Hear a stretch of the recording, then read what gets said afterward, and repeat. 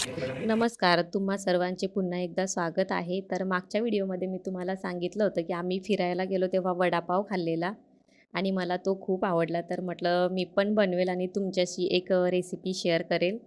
तर म्हटलं चला बनवूया वडापाव आणि खरंच खूप छान असे झाले. परफेक्ट तसेच बनले जसे आम्ही खाल्लेले होते ते. आणि चला सुरुवात करूया रेसिपी बनवायला. सगळ्यात आधी मी 5-6 बटाटे घेतले, छान धुवून घेतले म्हणजे त्याला काहीच माती वगैरे राहायला नको म्हणून. आणि त्यामध्ये पाणी आणि नमक घालून मी कुकरला ते लावून घेतले. कुकरची 3 शिट्टी होऊ द्यायची म्हणजे छान बटाटे ते शिजवून येतील.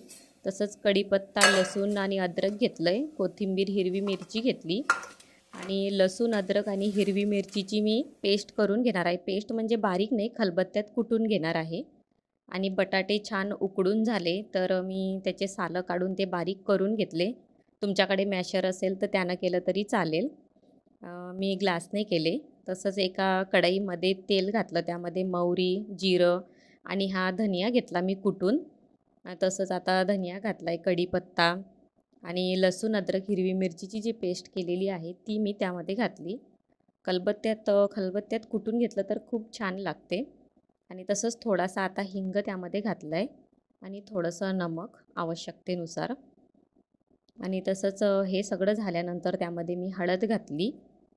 हे व्यवस्थित मिक्स करून घेतल्यानंतर हा तडका मी आता या बटाट्याच्या चटणीमध्ये घालणार आहे आणि मस्तपैकी मिक्स करून घेणार. एकदम छान असं मिक्स करून घ्यायचं आणि मिक्स झाल्यानंतर वरून आपल्याला कोथिंबीर घालायची आहे. तुम्हाला आवडते त्याप्रमाणे तुम्ही घाला कोथिंबीर. आणि तुम्हाला दाखवते मी की किती छान असं गोळा तयार झाला आहे आपला. एकदम छान बटाट्याची चटणी एकदम रेडी झालेली आहे. तसंच मी आता एक मोठी वाटी बेसन घेतलं आहे. त्यामध्ये हळद, लाल तिखट घातलं आहे. आवश्यकतेनुसार थोडं नमक घातलं आहे आणि चिमूटभर मी त्यामध्ये सोडा घातला आहे. आणि थोडं-थोडं पाणी घालून हे मिक्स करून घ्यायचं. जास्त पातळ आपल्याला बॅटर नको. थोडं घट्टसरच लागेल. ढोकळ्याला बनवतो त्या प्रकारे आणि त्यापेक्षा थोडंसं घट्टच लागेल. म्हणजे आपला वडापाव छान असं कोटिंग केल्या जाईल असं. बघा, एकदम छान आपलं स्मूथ बॅटर रेडी झालं आणि कढईमध्ये मी तेल पण ठेवलेलं आहे गरम होण्यासाठी.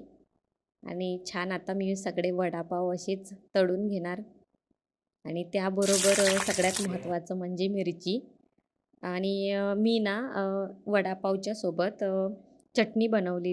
चिंचेची मी चटणी बनवली. मला त्या चटणीबरोबर खूप आवडतात. तुम्हाला लागलं तर तुम्ही लसूणची सुकी चटणी बनवली तरी चालेल. मस्त वाटते खायला. आणि तुम्ही पण असंच छान-छान नवीन रेसिपी बघत राहा, बनवत राहा. माझ्या चॅनलला लाईक करा, शेअर करा, सबस्क्राईब करा.